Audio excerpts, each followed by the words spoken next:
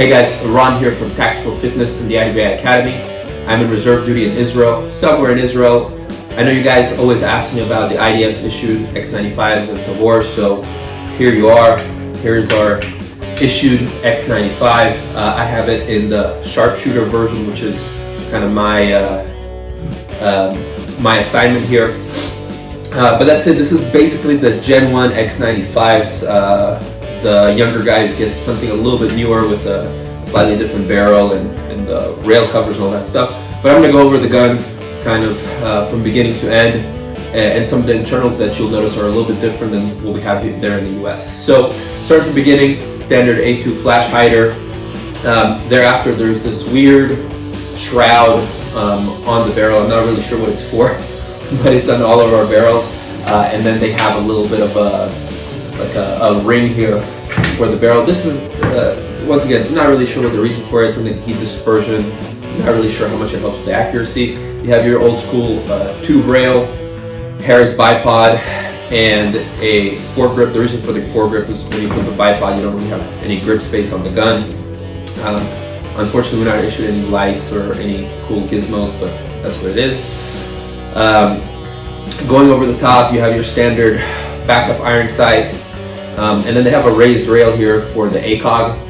We're issued kind of the really old ACOGs that don't have the fiber optic line in there. Of course, with everything, we want to make sure that it's tied down so we don't lose it. And then there's a backup iron sight here as well.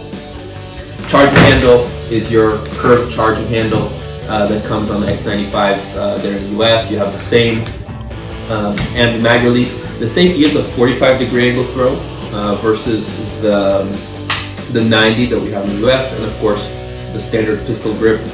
Still, as you guys know, I'm not quite sure why the X95s in the US come with cutlass, but it is what it is. Moving on, there's no QD attachment points. That highly advanced technology has not made it to Israel yet, so we stick with just a ring attachment. I actually brought my own sling for my service, but we usually attach them with paracord. So you basically have a paracord hole here, paracord hole here, instead of your QDs. You'll notice that on the back, the butt plate is kind of like the SBR version we have in the US. It's a flat butt plate. It doesn't have the extra padding. I actually like the extra padding. It's less issues of getting the bolt caps stuck on the plate here, and you have a little more length of pull. And of course, the Manticore Arms butt plate is the way to go. Otherwise, this gun is pretty much the same. One thing that we do have here for safety reasons is it's called a MAC barrette. Essentially, it's a chamber flag with a casing at the end of it, so you can eject it out like a round. Okay. Of course, this gun is clear, so we're going to go into the internals.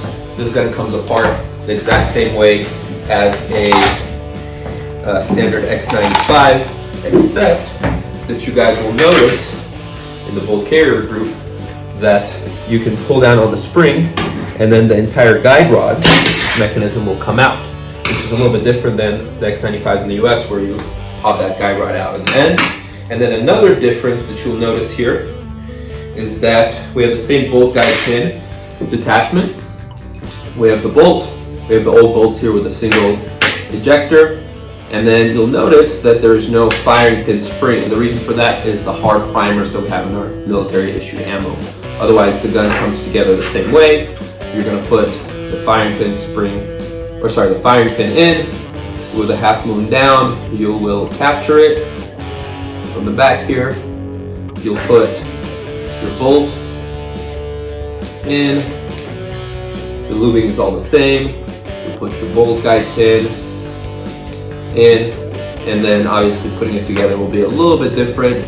We'll put that guide rod in there. It's a little bit more challenging, I would say, to put it together. So you'll pull this down, and then voila, it attaches.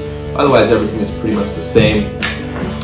One thing you guys will notice is we'll take apart our trigger pack. Pull this out.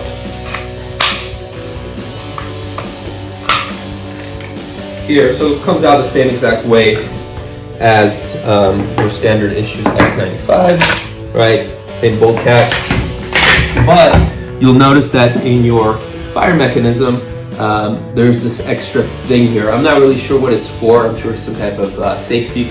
And this is a heavy trigger. I would say it's about 10 to 12 pounds, which is not great. I know the newer X95s come with a 5.5, and the ones that the guys are usually issued are a little bit nicer. So there you have it, guys. The IDF issued Gen I X95. Hope you've enjoyed this video. If you have any questions, leave in the comment section. And as always, visit us at tacticalfitnessaustin.com and the IWIacademy.us.